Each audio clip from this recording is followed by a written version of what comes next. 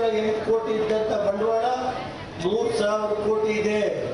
ಅದರಿಂದ ನೀವು ದೇವೇಗೌಡರ ಒಂದು ಆಶೀರ್ವಾದದಿಂದ ಇವತ್ತು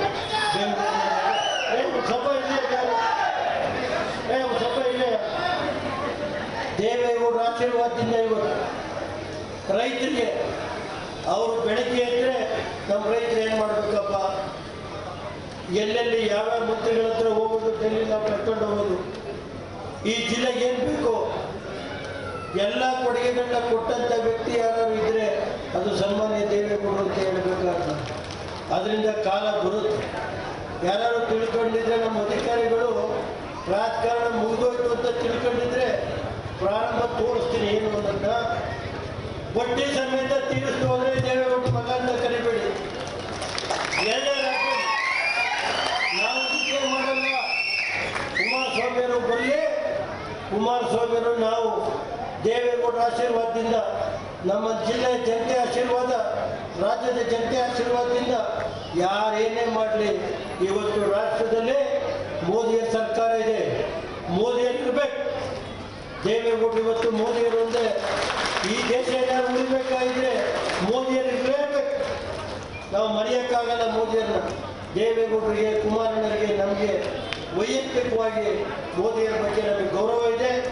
ಅವರು ಏನು ಈ ರಾಷ್ಟ್ರ ಇವತ್ತೇನಾದ್ರು ಉಳಿಬೇಕಾಗಿದ್ರೆ ಮೋದಿಯರಿರಲೇಬೇಕು. ಅವರಿಗೆ ಸಂಪೂರ್ಣ ನಮ್ಮ ಪಾರ್ಟಿಯ ಬೆಂಬಲ ನಾವು ಕೊಡ್ತೀವಿ. ಯಾರೇನಾದ್ರು ಮಾಡಿ ಈ ಜಿಲ್ಲೆ ನಮಗೆ ಸಂಬಂಧ ಇಲ್ಲ. ನಮಗೆ ಬೇಕಾಗಿರೋದು NDA ಪಾರ್ಟ್ನರ್ ಇದ್ದೀವಿ. ಮೋದಿಯರಿರ್ಬೋದು, ರಾಜ್ಯದ ರಾಷ್ಟ್ರೀಯ ಪಕ್ಷಗಳು NDA 2. ನಮ್ಮ ಜಿಲ್ಲೆ ಏನಾದ್ರು ಇರಲಿ, ನಾವು ರಾಜ್ಯದ ಮುಖಂಡರು, ರಾಷ್ಟ್ರದ ಮುಖಂಡರು ಏನು ಹೇಳ್ತಾರೆ ಆ ಮಾರ್ಗದರ್ಶನ ನಡೀತೀವಿ. ಕಳೆದ 1 ವರ್ಷದಿಂದ ಏನೇನು ನಡೀತಾ ಇದೆ ಅದನ್ನೆಲ್ಲ ಕಾಲ ಬಂದ ನಾನು ಹೇಳ್ತೀನಿ, ಏನು ಹೇಳಲ್ಲ.